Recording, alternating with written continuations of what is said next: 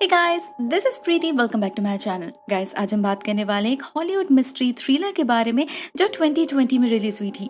दोस्तों, इस फिल्म का नाम है शॉर्टकट। कहानी के स्टार्टिंग में हम एक यंग लड़के को घने जंगल के अंदर से भागते हुए देखते हैं। शायद वो काफी देर से भाग रहा था, थक चुका था वो।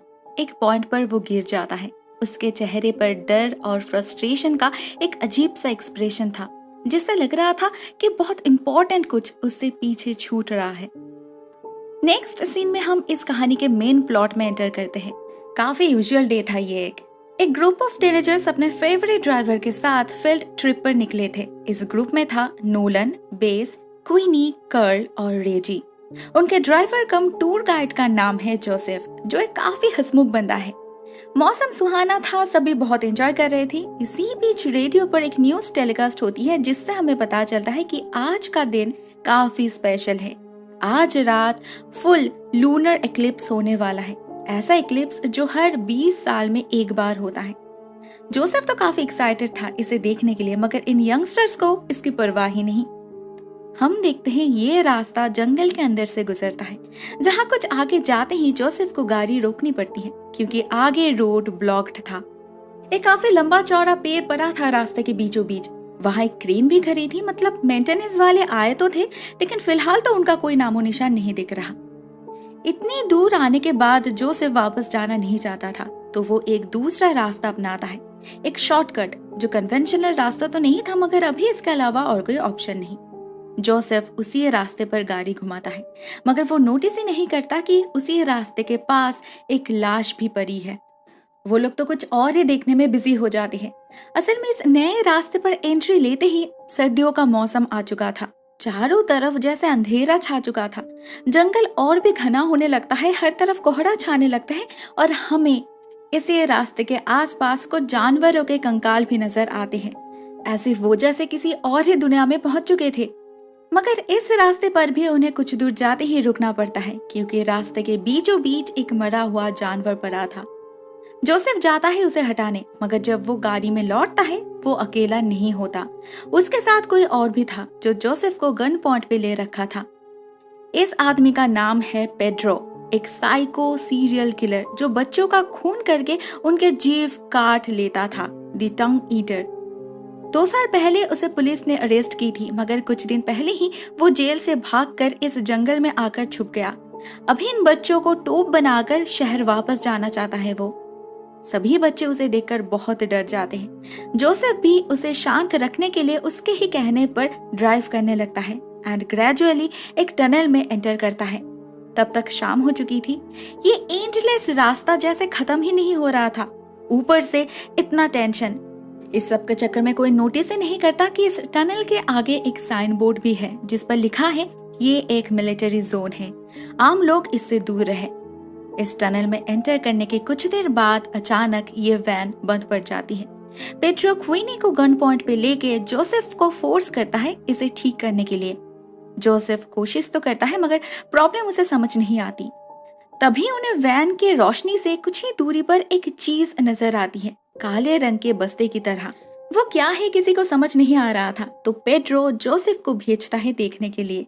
अचानक टनल की लाइट्स ऑफ हो जाती है और जोसेफ उसके सामने जा पहुंचते ही ये चीज उठकर खड़ी हो जाती है, हमला कर देती है जोसेफ पर और मार डालती है उसे। अंधेरे में कोई ठीक तरह से कुछ भी देख नहीं पाता, मगर जोसेफ के चिल्लाहट से सभी के रोंगटे खड़े हो जाते हैं। स्पेशली पेड्रो बहुत ही ज्यादा डर चुका था। वो अभी के अभी यहाँ से निकलना चाहता था, मगर गाड़ी की चाबी तो जोसेफ के पास है। पेड्रो की हिम्मत नहीं हुई खुद जाने की, तो वो इन बच्चों को ही फोर्स करता है एंड फाइनली बेस जाती है चाबी लाने। जोसेफ की हालत देखकर वो बहुत ज्यादा घबरा जाती है। उसे जैसे किसी जानवर ने नोच नोच कर खाया है। टनल के अंधेरे कोने में बेस को एक काला साया भी नजर आता है। जैसे ही वो फ्लैशलाइट ऑन करती है, वो क्रिएचर छुप जाता है अंधेरे में। मगर बेस समझ चुकी थी कि ये वही क्रिएचर है, इंसान की तरह दिखने वाला, जिसने जोसेफ पर हमला करके उसे मार डाला है। बेस भागकर गाड़ी में वापस आ जाती है, सभी को इन्फॉर्म करती है उसने क्या देखा। रेजी उस चाबी से इंजन स्टार्ट करने की कोशिश करता है, मगर ये गाड़ी तो खराब हो चुकी थी। अचानक उन्हें वैन के ऊपर किसी के भारी फुटस्टेप्स सुनाई देते हैं, साथ में स्क्रैचिंग की आवाज भी। अभी तो इस वैन में भी वो लोग सुरक्षित नहीं थे। पेड्रो ऐसे मरना नहीं चाहता था, तो वो गाड़ी से उतर जाता है बंदूक से उस क्रिएचर का शिकार करने, लेकिन उल्टा उसे ही मरना पड़ता है। ये बच्चे वैन का दरवाजा बंद करके किसी तरह अपने आप को बचाने की कोशिश करते हैं, मगर ये क्रिएचर अपने नुकीले नाखूनों से उस दरवाजे को बहुत ही आसानी से खोलकर घुस जाता है वैन के अंदर। वैन की लाइट्स फ्लिकर करने लगती है। डर से सभी चिल्लाने लग जाते हैं। उधर दूसरा दरवाजा जैम हो चुका था। ऐसे कियोस्क के बीच बेस को याद आता है उसके फ्लैशलाइट दिखाने पर ये क्रिएचर छुप गया था, तो इस बार भी वो वही करती है। सभी उसे फ्लैशलाइट से डरा के बाहर भागते हैं। टनल के पास उन्हें एक साइड वे मिलता है जहाँ से वो लोग नीचे जाने लगते हैं, मगर नीचे तो जैसे भूलभुलैया बना हुआ था। हर तरफ अंधेरा था। बहुत सारे पैसेजवेज थे जो जाल की तरह स्प्रेड हो रखे थे। ये लोग एक रास्ते को अपनाते हुए एक रूम में जा पहुंचते हैं। वहां बहुत सारे कैंडल्स पड़े थे। एक फ्लोर मैप था जिससे उन्हें पता चलता है जनरेटर रूम कहाँ है। बेस और नोलन समझ चुके थे इस क्रिएचर को सिर्फ रोशनी से ही काबू किया जा सकता है, तो वो दोनों निकल पड़ते हैं जनरेटर ऑन करने। मैप फॉलो करते हुए वो लोग वहां पहुंच तो जाते हैं, मगर उससे पहले रास्ते पर उन्हें एक स्केलेटन दिखता है, किसी आदमी का। वो भी शायद इसी क्रिएचर का शिकार बना था। उधर एट द सेम टाइम क्वीनी को बाथरूम जाना पड़ता है, तो रेजी उसके साथ जाता है। एक स्पॉट पर दोनों अलग होते हैं क्योंकि ऑब्वियसली क्वीनी को प्राइवेसी चाहिए थी। रेजी उससे बस कुछ ही दूरी पर खड़ा था। फिर भी ना जाने कब वो क्रिएचर क्वीनी को उठा ले जाता है। अकेले रेजी की हिम्मत नहीं होती, वो कार्ल को भी बुला लेता है और दोनों मिलके क्वीनी को ढूंढने लग जाते हैं। अंधेरे पैसेजवे से गुजरते वक्त उन्हें उस क्रिएचर की घुर्राने की आवाज सुनाई देती है, जिसे फॉलो करते हुए वो लोग एक कोने में जा पहुंचते हैं। अंधेरे कोने में वहां उन्हें क्वीनी तो दिख जाती है, मगर उसे देखकर इन दोनों की हालत खराब हो चुकी थी। क्वीनी के ऊपर वो क्रिएचर बैठा था जो उसे जकड़ कर रखा था। रेजी उसे बचाने के लिए उस क्रिएचर को मशाल से डराता है। इससे क्वीनी तो बच जाती है, मगर ये क्रिएचर उल्टा रेजी पर हमला कर देता है। कार्ल और क्वीनी बस देखते ही रह जाते हैं। उन्हें समझ ही नहीं आता इस वक्त उन्हें क्या करना चाहिए। फॉर्चुनेटली ठीक उसी वक्त base and Nolan generator on कर देते हैं और ये पूरी जगह रोशनी से भर जाती है। एज ए रिजल्ट इस क्रिएचर को भागना ही पड़ता है। रेजी तब भी डर से कांप रहा था।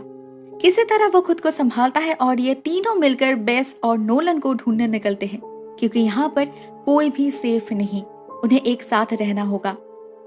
उधर लाइट्स ऑन होते ही बेस और नोलन को उस जनरेटर रूम की हालत दिखती है, जिसे देखकर लग रहा था कि वहां कोई रहता था।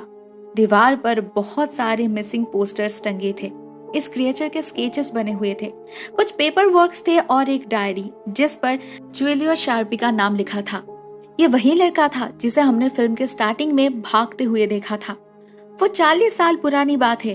एक दिन जुएलियो और उसकी बहन ऐसे ही घूमते घूमते इस टनल में आ पहुंचे थे। उन्हें एडवेंचर बहुत पसंद था, मगर जुएलियो ने कभी सपने में भी नहीं सोचा था कि उसकी बहन की मौत एक ऐसे ही एडवेंचर में होगी, वो भी एक ऐसे क्रिएचर के हाथ। उस वक्त उसके बातों पर किसी ने बिलीव नहीं किया, ना उसके पेरेंट्स ने ना पुलिस ने, लेकिन जुएलियो ने अपनी खोज जारी रखा। 20 साल बाद वो वापस आ गया इस टनल में, इसी को अपना घर बना लिया और इसी क्रिएचर के बारे में सारे क्लूज, उसके वीक पॉइंट्स इकट्ठा करने लगे। उन्हें भी इस क्रिएचर के फोटो सेंसिटिव होने के बारे में पता था, तो उन्होंने एक हाई वोल्टेज मशीन बनाना स्टार्ट किया जिसके रोशनी से वो इस क्रिएचर को काबू कर सकते थे।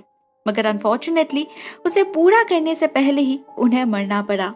अभी पूरे 20 साल बाद ये ग्रुप इस भूलभुलैया में फंस चुके हैं। उन्हें इसी डायरी से पता चलता है कि ये क्रिएचर एक पैरासाइट की तरह है जो इंसान और जानवरों के खून से अपने आप को जिंदा रखता है। ऑलरेडी 2 पर हमला हो चुका था।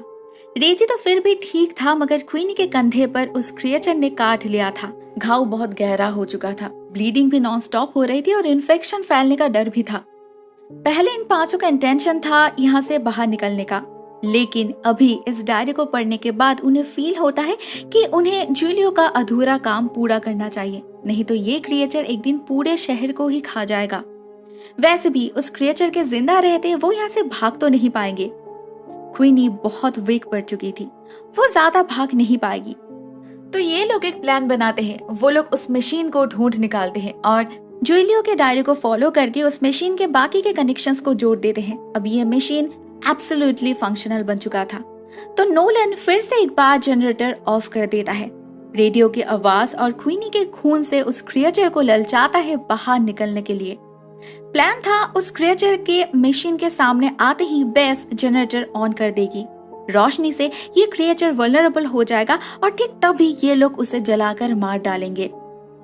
सभी इसी प्लान के अकॉर्डिंग प्रिपरेशन लेते हैं। वो क्रिएचर बाहर आ भी जाता है, मगर जनरेटर का हैंडल इतना टाइट था कि बेस ठीक समय उसे उठा नहीं पाती। रेडियो उस क्रिएचर के बिल्कुल सामने था। उसकी सांसों की आहट सुनाई दे रही थी उस क्रिएचर को।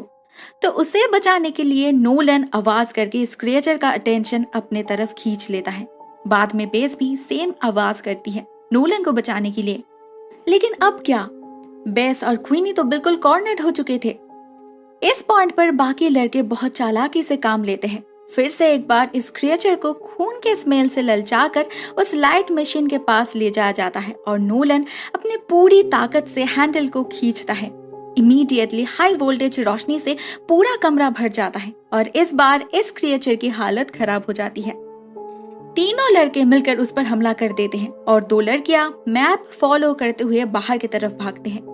बाहर तब तक सुबह हो चुकी थी। दिन के उजाले में वो क्रिएचर उनका कुछ नहीं कर सकता। उन्हें लगा शायद वो लोग बच गए, मगर ठीक तभी उन्हें गलत साबित करते हुए वो क्रिएचर उनके पीछे आ पहुंचता है। बेस और क्वीनी डर जाते हैं, लेकिन असल में ये उनके प्लान का यह किस्सा था। हम टनल के अंधेरे में से तीनों लड़कों को हाथ में मशाल लिए इसी तरफ आते हुए देखते हैं। सामने सूरज की रोशनी और पीछे आग। ये क्रिएचर तो जाल में फंस चुका था, जिसका फायदा लेकर ये तीनों इस क्रिएचर पर आग लगा देते हैं। उसी आग में जलकर वहीं उनके सामने ये क्रिएचर राख बन जाता है। फाइनली ये पांचों उस टनल से निकल पाते हैं सेफली। क्वीनी की ट्रीटमेंट की जाती है। वो लोग पुलिस को भी इन्फॉर्म करते हैं, बट अगेन उन पर कोई यकीन नहीं करता। नेक्स्ट डे एक ऑफिसर आते तो है चेक करने, लेकिन उन्हें यकीन था उन्हें वहां कुछ नहीं मिलेगा। मगर टनल में एंटर करते ही उन्हें किसी जानवर के घुर्राने की आवाज सुनाई देती है। अचानक उनका टॉर्च खराब हो जाता है और हमें उनके पीछे अंधेरे में वही क्रिएचर नजर आता है। इसके बाद उस ऑफिसर के साथ क्या हुआ ये तो हमें फिल्म में दिखाई नहीं देता, सिर्फ अंधेरे में उनकी चीखें ही सुनाई देती है। मतलब शायद उन्हें भी इसी क्रिएचर का शिकार होना पड़ा। दी एंड। दोस्तों, अब सवाल ये है कि क्या है ये क्रिएचर, और वो तो मर चुका था तो फिर से जिंदा कैसे हो गया? दोस्तों, इस पर दो थ्योरीज है। फर्स्टली, मुझे लगता है ये क्रिएचर वेयरवुल्फ जैसा कुछ है, जो सिर्फ लूनर एक्लिप्स के दिन ही जागता है, वो भी हर 20 साल में। क्योंकि जूलियो के डायरी में हमें उनके समय यानी कि 1947 में यहाँ पर किसी बिग वुल्फ का रूमर जानने मिलता है। मे बी वो खुद को हील कर सकता है, इसीलिए इमॉर्टल है। या फिर according to my second theory, ये किसी मिलिट्री एक्सपेरिमेंट का नतीजा भी हो सकता है। इसीलिए ही वो साइन बोर्ड लगा के सिविलियंस को इससे दूर रखा जा रहा था। जब यहाँ से लोग गायब होने लगे तो इस टनल को अबांडन कर दिया गया, लेकिन इससे उस क्रिएचर को रोका नहीं गया। हमें उस क्रेन के पास जो लाश दिखी थी वो शायद उस मेंटेनेंस वाले की ही थी, और हो सकता है ऐसे क्रिएचर एक नहीं बल्कि और भी कई सारे हैं। और एक बात यह है कि हमें इन क्रिएचर के शरीर पर काले रंग के कपड़े दिखे थे, बिल्कुल जैसे इंसान पहनते हैं। तो हो सकता है कि शायद ये एक्सपेरिमेंट्स ह्यूमन पर ही की गई थी। Just a guess. दोस्तों, आज के लिए बस इतना ही। Thank you so much for watching this video. बहुत जल्द मिलते हैं एक और नए वीडियो के साथ। तब तक के लिए टेक केयर। टाटा।